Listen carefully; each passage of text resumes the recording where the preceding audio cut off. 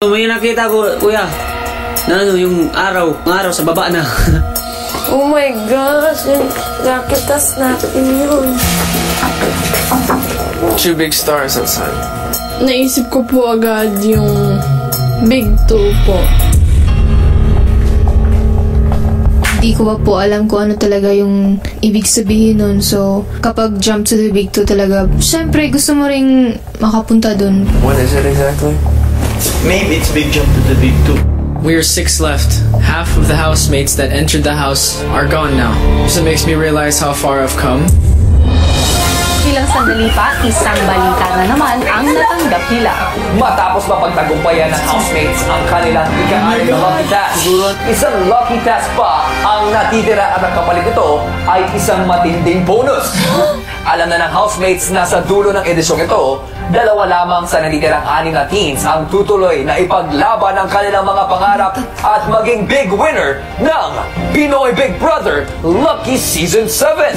Pero ayon sa mga report mula mismo kay Kuya, kung magwagi ang mga teen housemates sa kanilang 7th lucky task, bibigyan nila ng pagkakataon ang mga teen housemates na damihan ng bilang ng lucky sons mula sa 2 ay posibleng maging 3. So give me a soft drink. Yes, kakayanin natin! Kaya natin! Army! Oo, dahil 3 sa atin! Kaya natin yan, kaya. Hanggang sa tipunin na sila ni Kuya sa garden area para sa kanyang anunsyo.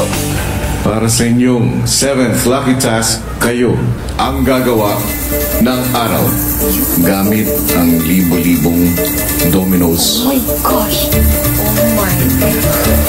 Para manalo sa kanilang 7th lucky task at maging 3 ang teen housemates na matitira sa laban ng pagiging big winner, kailangan nilang buuin ang sentro ng araw sa activity area gamit ang mga domino blocks. Ang taas nito ay kailangan umabot hanggang sa baywang ng pinakamatangkad sa kanila na si Edward. At habang binubuo nila ang domino tower, dapat may isang housemate na nasa loob nito. Simulan nyo na ang inyong 7th lucky task. Let's go, guys! Kaya natin eh. Oh my gosh! Hanggang baywang! Wow! Makakakita kayo ng maliit na bilog sa activity area. Kailangan nyong siguraduhin na ito ang magiging sentro ng inyong tower. Para hindi tayo mahirapan, silapin na lang natin yung domino sa atin.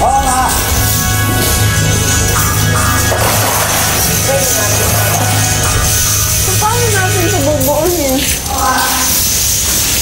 Talagang napaka-challenging ng 7th lucky task ni Kuya para sa kanyang mga housemates. Nako! Sa huling pagsabak nga ng housemates sa isang lucky task, asahan na lubos na mahahamon ang kanilang pasensya. Lalong-lalo na gusto malaman ni Kuya kung gaano nila kagusto madagdagan ang swerte nila at kung gaano nila kagusto ang 3 slot para maging big winner. Magandang gabi, Team Kapamilya! Kasabay ng pagharap sa kanilang lucky task, hinaharap pa rin ngayon ni Kisses, Vibery at Yong ang hamon ng pagiging nominado sa linggong ito. Kaya naman tuloy-tuloy lang inyong pagboto kung sino nga ba ang karapat-dapat at tandaan, 1 vote per sim per day only, kaya vote wisely. Samantala, balikan muna natin ang pagsisimula ng housemates sa pagbuo ng espesyal na domino tower. Narito ang kwento. Sige na, sige na! Alright, let's go. We don't have